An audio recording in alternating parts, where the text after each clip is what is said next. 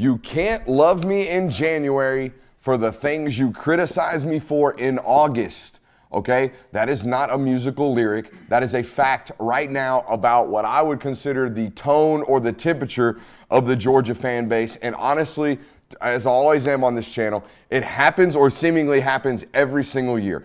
Every single year that I have covered this football team, that I have done this, every single fall camp, there's an injury or two or three or four, and they really start to pile up. And after about the third time a football injury happens, I start getting direct messages. I start getting comments. I start getting questions. I start getting concerns about what's going on. Something along the lines of, what's Kirby doing to these kids? What the hell are we doing in practice? What's going on with all these injuries? It's got to be the turf. No, it's got to be the practice fields. No, it's got to be Scott Sinclair. No, it's Ron Corson's fault. Everybody is running to blame. Everybody is trying to run to blame. So it's not that, ladies and gentlemen. It's never been that. In fact, if you're looking for someone or something to blame, just blame football. It's football's fault. Sure, Georgia practices hard. They practice really, really hard. They do. But they don't practice anything other than football. That's it. They try to simulate the game as best they can.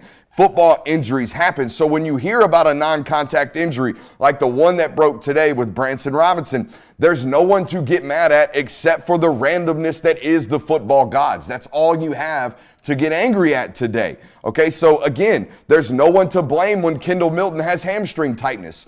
That's just the way of the works. That's the bad news. That's the bad breaks of this game. It's nothing deeper than that. You don't have to start breaking down, oh, are they doing RDLs? Are they doing Romanian deadlifts properly? Are they doing them enough in the weight room? No, it's just football. Hamstrings get tight sometimes. Non-contact injuries happen sometimes. This is football, folks. As Forrest Gump told us, shit happens. It does, okay? And you know how I know this? In 2022, to open the season against Oregon, there were 8 Georgia football players on the injured reserve.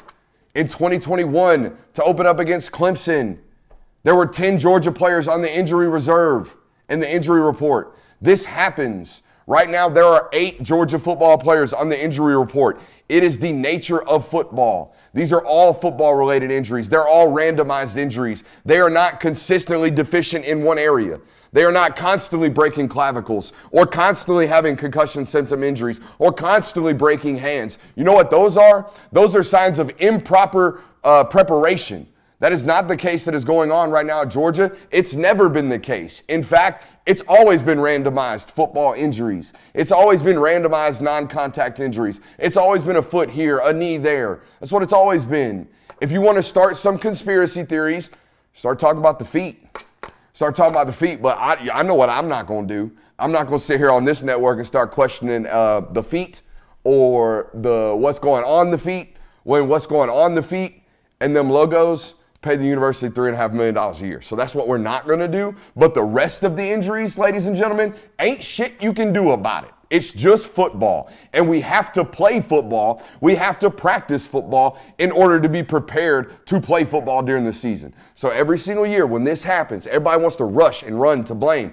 Don't do it. There's no reason to. There's no one to blame here except for football. And if you want to blame football, then I guess we're going to be here every single year, which it seems like we are anyways. Welcome in to Talk the Dog, the show where we find a bone to pick and a take to give. These are not hot takes. These are dog takes. We got a loaded show for you guys. I want to welcome in the boys first. How we doing today on this fine Wednesday evening? Fantastic. Yeah? Happy to be here, man. What about you? I can't complain. It's week 2? Week 2 in the week 3. Week 3. We're week 3 here in this joint right here up in this new studio, if you will. Still don't have a name. Somebody recommended the film room because it's literally, that's what it is. It is a room and a building dedicated to film.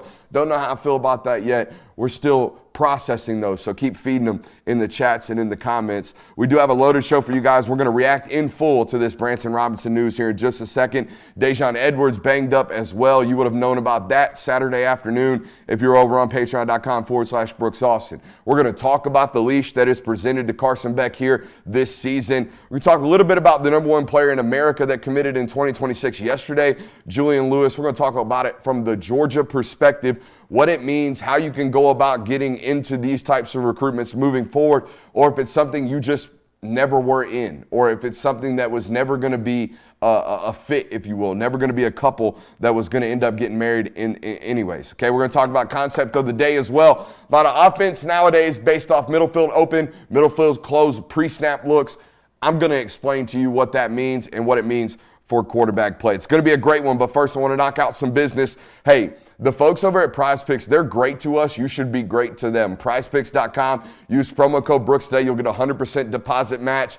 I've explained this over and over to you guys. What does this mean? You put 50 bucks in, they give you 50 bucks right on spot, okay? So you will double your deposit today up to $100 over on PrizePicks.com, but only if you use promo code Brooks. I've been talking to a bunch of you guys. Okay, I know some of y'all are getting hooked, and that's good, okay? It's good that you're getting hooked on the supporters that support us, all right? It's how we go do mic'd up sessions on Friday night. It's how we continue to have the boys in here on the studio. It's how we continue to do live streams like we've been doing Monday through Tuesday, 8 to 10 p.m. on this beautiful channel. So make sure you're showing love over there. Hey, we're also up on podcasts. Subscribe wherever, however you find your podcast. If you don't catch us live, we're doing our best to put those up the night after or as soon as we get done with the shows every single night. Follow me on social at Brooks Austin BA. And I want to give out one more shout out to patreon.com/Brooks Austin. Glad you guys could be here today with us. Obviously, the main news, as you can see on the title head of today's description of the show. Branson Robinson ruptured a patella tendon yesterday in practice. He will be out the remainder of the season. I want to give my boy Jay Will a shout out. He had this little nugget in our article that we wrote today about the breaking news. Quote, Branson Robinson piled up 330 rushing yards on 68 attempts along with 3 touchdowns last year. His biggest game of the season came against the Auburn Tigers, in which he rushed for 98 yards and a touchdown on 12 carries. In that game, Robinson became the first true freshman running back in program history to rush for over 95 yards in his first 10-plus carry performance since none other than Sony Michel in 2014. Hey, by the way, the stat god himself, Jay Will, can we give him 3?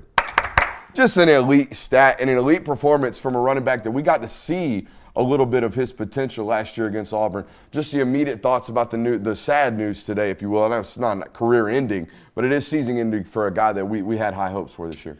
Yeah, he had quite a few bright spots last season, like you mentioned, Auburn, and then even in the national championship game, he rushed for 2 touchdowns. So it seemed like he was building up a role that he was going to be playing meaningful snaps this season for Georgia, especially for a room that was already running a little bit thin. So losing a guy like him, yeah, that's a tough break.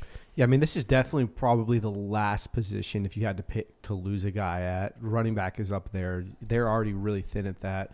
So it sucks for that. That Brock Bowers over 25 carries is looking pretty nice though now. Yeah, I know. I kind of gave Jonathan some shit.